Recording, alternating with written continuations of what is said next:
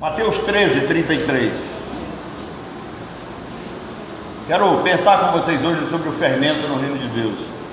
Outra parábola lhes disse: o reino dos céus é semelhante ao fermento que uma mulher toma e introduz entre 3 medidas de farinha, até que tudo esteja levedado. Que Deus nos abençoe, nos conduza nessa reflexão. Queridos, eu quero começar hoje com uma pergunta. Se nós ainda estamos vivendo aí os resquícios, de uma pandemia, Covid, e eu faço a seguinte pergunta: se você tivesse o antídoto, a vacina, antes de todas essas mortes acontecerem, o que você faria? Você usaria apenas em você? Você usaria apenas na sua família, nos seus amigos? Ou, se você tivesse condições, você distribuiria para o maior número de pessoas possíveis? Pensem na resposta, que vocês vão dar a resposta no final. Parábola do fermento. De todas as parábolas que Jesus contou, e aqui mais uma vez ele está no Mar da Galileia, junto ao Mar da Galileia, de todas as parábolas que Jesus contou, esta é a mais curta, é a menor, é a pequenininha, e do jeito que começa rápido, ela termina rápido.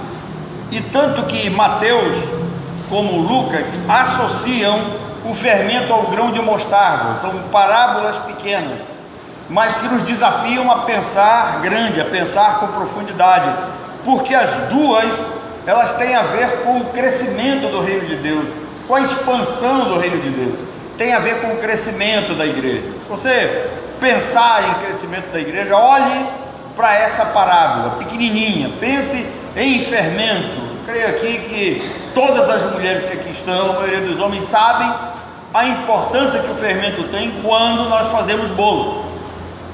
Então, essa parábola tem a ver com o crescimento da igreja. O evangelho aqui é apresentado como fermento. Essa é a ideia que o texto traz para nós. Agora, no Antigo Testamento, o fermento, com pouquíssimas exceções, ele era proibido nas ofertas durante a Páscoa, e era proibido em determinados momentos em algumas ofertas que eram apresentadas no tabernáculo. Então, o povo não tinha que olhar para o fermento como algo ruim, como algo a ser deixado de lado. A Bíblia vai mostrar que o fermento é símbolo do pecado, então o povo deveria ter cuidado com ele.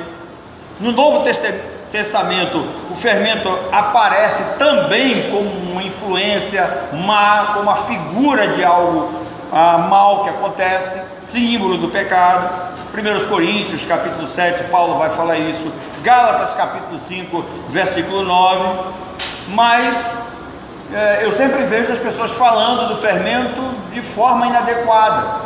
De fato, ele tem essa característica, má influência, tem alguma coisa vista de forma má, mas não é totalmente mal. Jesus aqui está nos chamando a atenção para nós olharmos o fermento não como símbolo do pecado, mas nessa parábola como símbolo da graça.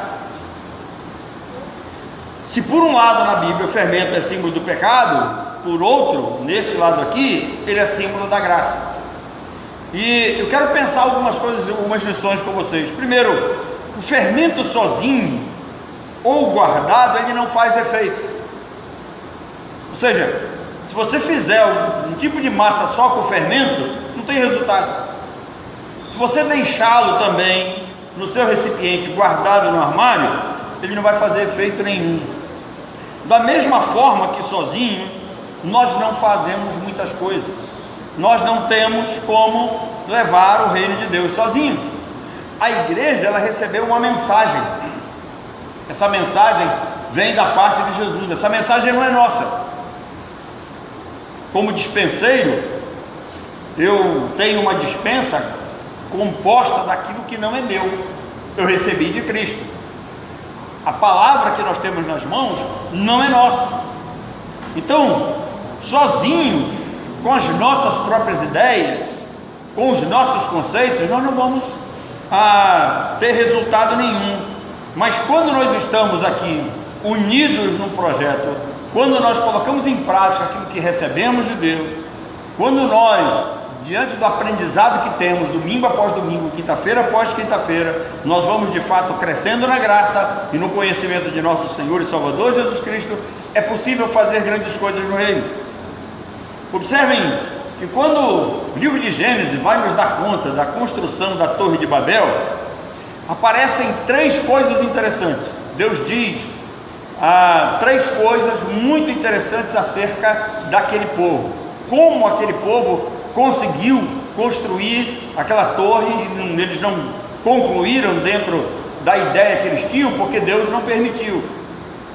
Mas a ideia era boa, era possível, eles se esforçaram, deram o máximo de si, e aí Deus chama a atenção do seu povo e mostra três características importantes daquele povo que pode ser copiado por nós. Em primeiro lugar, Deus disse: olha, o povo é um só. O que significa ser um? Eles tinham o mesmo propósito, o mesmo parecer, eles estavam dispostos no mesmo projeto. Preste atenção, Deus nos deu um projeto: ser igreja, fazer discípulos. Todos nós temos que pensar da mesma forma. Em segundo lugar, Deus disse: olha, o povo tem a mesma língua, quer dizer, eles falam a mesma coisa, eles conseguem pensar da mesma forma, eles são um na língua, no coração, no pensamento. E terceiro, eles podem realizar o que projetaram. Deus não disse que eles não poderiam realizar, Deus disse que eles podem projetar, eles podem realizar aquilo que projetaram. Então é possível nós realizarmos um projeto que não é nosso, projeto de Deus, entregou nas nossas mãos. Então, uma lição para a igreja que pensa em ser uma igreja missionária, uma lição para uma igreja que pensa em ser útil ao reino de Deus, uma igreja que pensa em agir como fermento. Então, quando nós às vezes pensamos nessa responsabilidade da igreja, pensamos em missões, missões exigem que nós sejamos um, com o mesmo propósito e com projetos ousados. Ontem, algumas irmãs talvez não entenderam direitinho, né, o que aconteceu aqui, mas ontem houve uma reunião da diretoria da UAF, e nós, os santos, ficamos fora do reino, só foi a diretoria. Qual o propósito da reunião da diretoria da UAF ontem? Projetar as suas ações para o ano de 2024. Então a UAF tem um projeto, ela vai tentar desenvolver esse projeto, e para que esse projeto dê certo, seria bom seguir esses três passos aqui, sabe? Ter o mesmo pensamento, a mesma disposição, falarem a mesma língua e crerem que podem realizar os projetos, e assim dar continuidade. Da mesma forma é com a igreja. Em segundo lugar, o fermento, ele não se intimida com o tamanho da massa. Vocês já prestaram atenção? Às vezes a gente coloca uma quantidade enorme de trigo e o restante da massa, né? Quem faz bolo aí tem, né? Um dia aí tem trigo, tem açúcar, tem manteiga, né? A gente bota uma essênciazinha lá, né? Maracujá, tem recheio, tem cobertura, e a quantidade mínima que nós colocamos nessa massa é o que? O fermento. Então, o fermento, ele não se intimida com o tamanho da massa. Você pode ter uma massa enorme para fazer um bolão, mas você vai botar um pouquinho de fermento. É como se ele soubesse que ele pode contagiar a massa. Ele não se importa com o tamanho dela. Sem se importar com o tamanho dela, ele pode mudar a estrutura daquela massa. Um dia Jesus disse para nós que a seara, ela é grande, os trabalhadores são poucos, mas nós não podemos nos intimidar com o tamanho da seara, por maior que ela seja. Nós temos a capacidade de inchar essa seara, de fazer essa seara crescer, como o fermento.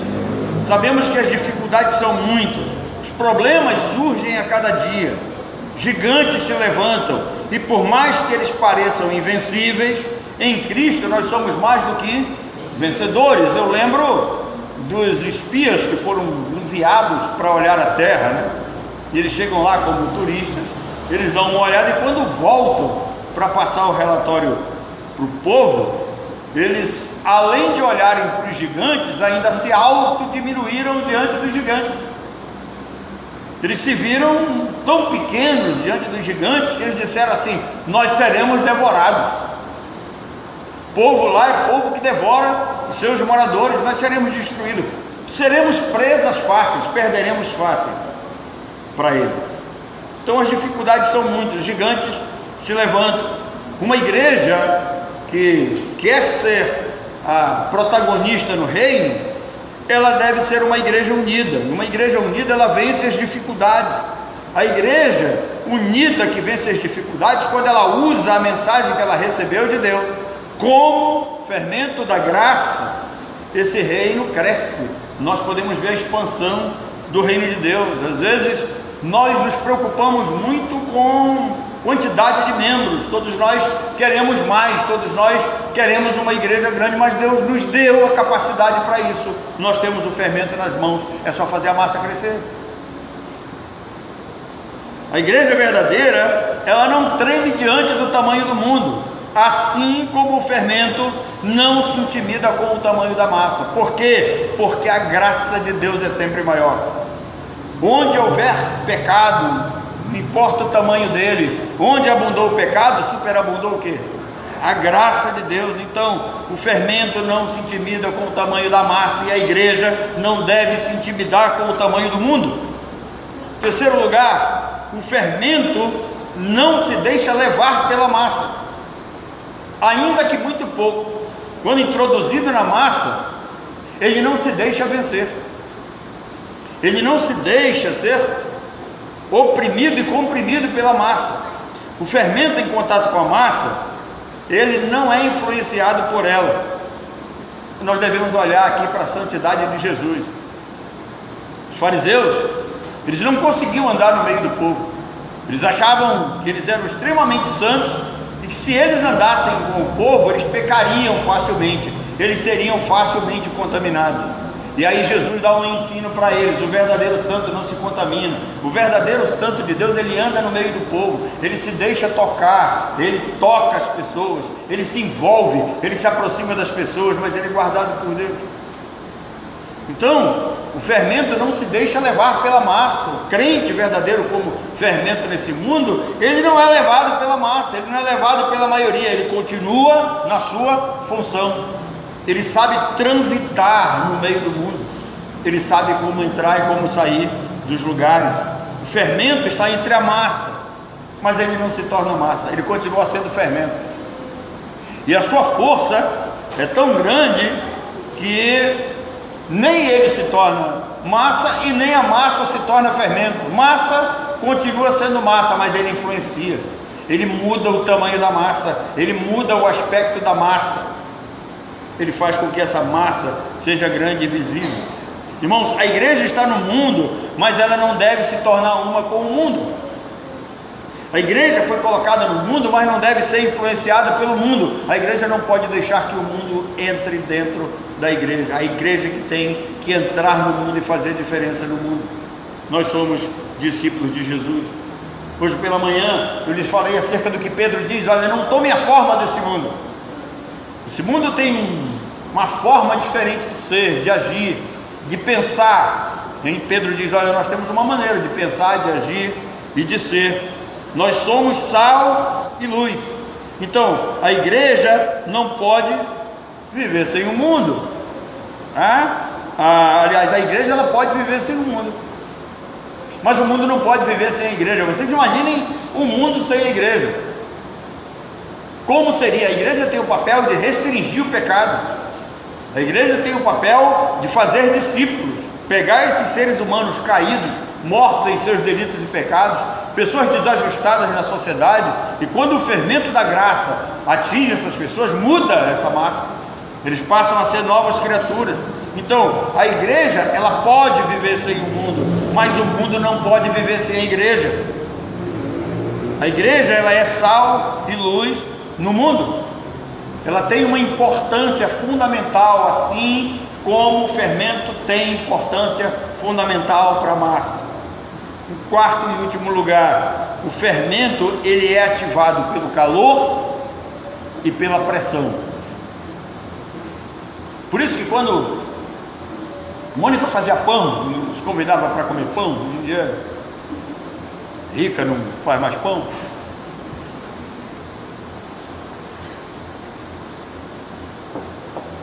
A gente chegava na casa dela, estava lá aquela massa tudo descansando lá, né? Na realidade a massa não está descansando. Nós estamos esperando o fermento o quê? Agir para mudar a estrutura da massa. Então, o fermento ele é ativado pelo calor. Você coloca o fermento na massa, deixa a massa num canto, aquele calor que é gerado ali, o próprio calor do ambiente, ele ativa, e a pressão que ele recebe, ele também é ativado. Então, o fermento ele é ativado pelo calor e pela pressão. Quando o fermento é colocado na massa, ele recebe pressão. E quando colocado sob pressão, ele incha, ele faz a massa crescer. Assim foi com a igreja em Jerusalém. Se você olhar a igreja em Jerusalém, aconteceu assim: eles estavam muito bem lá, eles estavam crescendo na graça, no conhecimento, Deus estava abençoando eles, e de repente veio a perseguição, e perseguida ela saiu dos limites da cidade de Jerusalém, e ela sai para ganhar o mundo, e o evangelho toma as proporções que tomou, chegou até nós. A igreja ela vai crescer sempre, quanto mais pressionada, quanto mais perseguida, ela vai dar resultado. Por quê? Porque esse é um projeto divino. Para realizar esse projeto, Deus precisa de nós como pessoas, porque Deus se aproxima das pessoas por meio de pessoas. Deus vai usar. Jesus não usou anjo para fundamentar a sua igreja, para expandir o evangelho do reino. Jesus usou homens, e são esses homens e mulheres dedicados que vão fazer com que esse trabalho da igreja, assim como o fermento, tenha um resultado satisfatório. Hoje em dia nós temos muitas instituições, mas Deus não chama instituições, Deus chama homens.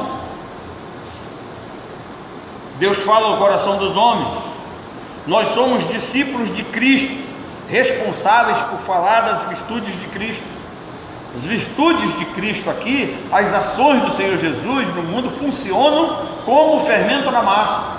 Uma vez introduzido, uma vez pregado, e ele precisa ser pregado, porque aprove a Deus salvar os que creem pela loucura da pregação. E uma vez pregado, então prepare-se para isso, vai ter resultado, vai ter efeito. Vocês lembram da pergunta inicial que eu fiz sobre a vacina da Covid? Primeiro nós ouvimos as notícias vindo da China, basicamente da cidade de Wuhan. O vírus perdeu o controle, começou a contaminar pessoas começaram a morrer, mais cedo ou mais tarde todos sabiam que chegaria ao Brasil. A pergunta é: se você tivesse a vacina, o antídoto para curar esse vírus antes que ele chegasse aqui, para imunizar pessoas, o que você faria? Você imunizaria apenas você? Você imunizaria apenas a sua família, seus amigos? Ou você imunizaria o maior número de pessoas possível? Eu estou vendo as reações de vocês. Irmãos, pior que o vírus da Covid é o pecado. Algumas pessoas conseguem transitar nesse mundo sem ser contaminado. Por exemplo, eu não fui contaminado. Eu não tive esse privilégio. Conheço outras pessoas também que não foram contaminadas. Conheço outros que mesmo em contato com o vírus, eles não desenvolveram a doença. Mas o pecado não. O pecado é pior que esse vírus, que mais cedo ou mais tarde o ser humano vai morrer. E ele tem um vírus dentro dele chamado pecado, uma natureza pecaminosa herdada de Adão, que por si só ele não vai levar o homem à condenação. Esse homem já está condenado. E se eu fiz a pergunta para você, se você tivesse o antídoto, a vacina contra a Covid, você imunizaria as pessoas? Vocês certamente balançaram a cabeça e me disseram que sim. Eu faço a pergunta: existe algo no mundo pior que a Covid? E você tem um antídoto nas mãos. Por que você não oferece às pessoas? Por que você não se empenha cada dia mais? Por que nós não nos empenhamos em conhecer do Senhor, continuar conhecendo da palavra do Senhor, nos aprofundarmos no conhecimento da sã doutrina, nos prepararmos para pregar esse Evangelho, para usar essa graça de Deus, esse Evangelho como um fermento, a fim de salvar pessoas que não vão ser condenadas, elas já estão condenadas. Então, queridos, que Deus nos abençoe e que Deus nos faça agir como fermentos nesse mundo, que nós venhamos a cumprir esse projeto do reino de Deus. Que Deus nos abençoe.